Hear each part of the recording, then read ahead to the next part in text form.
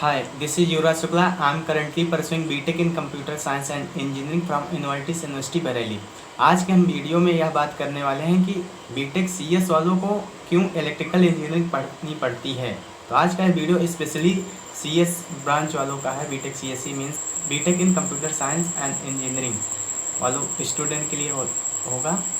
और हम बताएंगे कि उन्हें क्यों पढ़नी पड़ती है इलेक्ट्रिकल इंजीनियरिंग। बहुत से लोग बीटेक में एडमिशन ले लिए और एडमिशन लेते ही जब फर्स्ट ईयर में आते हैं उन्हें जब इलेक्ट्रिकल इंजीनियरिंग की बुक पढ़नी पड़ जाती है तो उनका यही क्वेश्चन रहता है कि हमें सीएस वालों को भाई क्यों इलेक्ट्रिकल इंजीनियरिंग पढ़नी पड़ती है। तो आज के वीडियो हम यही डिस्कस करेंगे। उसके पहले हमारे चैनल पर नए हो सब्सक्राइब कर दें और वीडियो पसंद आएगा तो लाइक ज़रूर करिएगा। तो शुरू करते हैं आज के इस वीडियो को। यूनिवर्सिटी का खुद का रूल होता है कि वो अपना सिलेबस खुद चेंज कर सकते हैं, कौन सा सब्जेक्ट किस ब्रांच को पढ़ाएं कर सकते हैं। तो सभी यूनिवर्सिटियों के हिसाब से बहुत सारी यूनिवर्सिटियाँ यही करती हैं। फर्स्ट ईयर वालों को चाहे बीटेक हो, किसी भी ट्रेड से हो, चाहे सिविल ब्रांच का हो, चाहे सीएस से हो, उसे सारे सब्जेक्ट्स पढ़ने पड़ते हैं। यही बहुत सारी यूनिवर्सिटियों का रूल रहता है। तो सीएस ब्रांच को आपको तब भी इलेक्ट्रिकल इंजीनियरिंग पढ़नी पड़ती है। अब आप पूछेंगे हमें पढ़ाने का मकसद क्या रहता है, फ़ायदा क्या होता है। दोस्तों यह बेसिक पढ़ना ही पड़ता है। आप 12 पास आउट करके आ ही रहते हैं, आपको बहुत ज़्यादा टफ नहीं रहेगा कि हम इलेक्ट्रिकल इंजीनियरिंग नहीं पढ़ पाएंगे। आप जितना मेहनत क्लास 12 की फिजिक्स बुक पढ़ने में करेंगे उतना ही लगेगा इलेक्ट्रिकल इंजीनियरिंग बुक को समझने में करने में। आपको बस एक ही सेमेस्टर तो पढ़ना रहता है।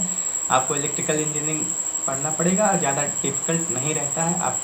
आप पढ़ ले जाएंगे। अगर आप यह ना सोचें कि हमें क्यों पढ़ना पड़ रहा है, ऐसा बोझ लेके आप ना चलें, हम तो यही कहेंगे।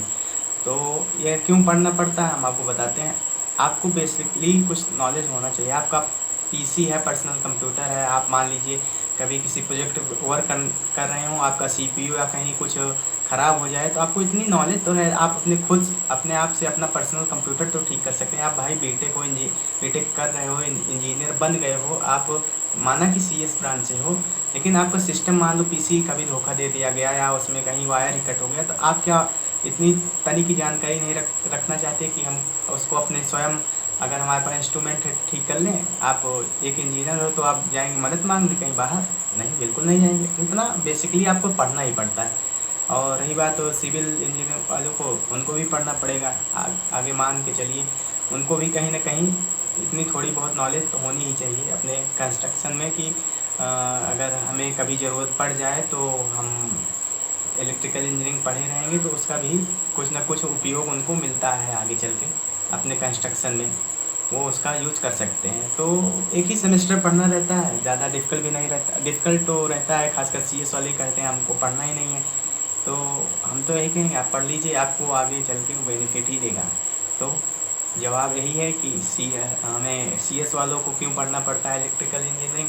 तो भाई बेसिकली ज्ञान तो होना ही चाहिए, आपको पढ़ना पड़ता है। तो एक ही सेमेस्टर की बात रहती है, आपको 8 सेमेस्टर वैसे भी पूरे करने रहते हैं। आपको एक सेमेस्टर मान लीजिए फर्स्ट ईयर में करना ही पड़ गया इलेक्ट्रिकल इंजीनियरिंग, या आप 12 किए हो, इतना तो आप कर ही सकते हो। तो आप डीमोटिवेट ना हो हमें क्यों पढ़ना पड़ रहा है, तो आप उसे जो है अपने आगे के फ्यूचर से जोड़ के चलें, आप पढ़ें उसको अपने आप से। यही मैं कहना चाह रहा हूँ।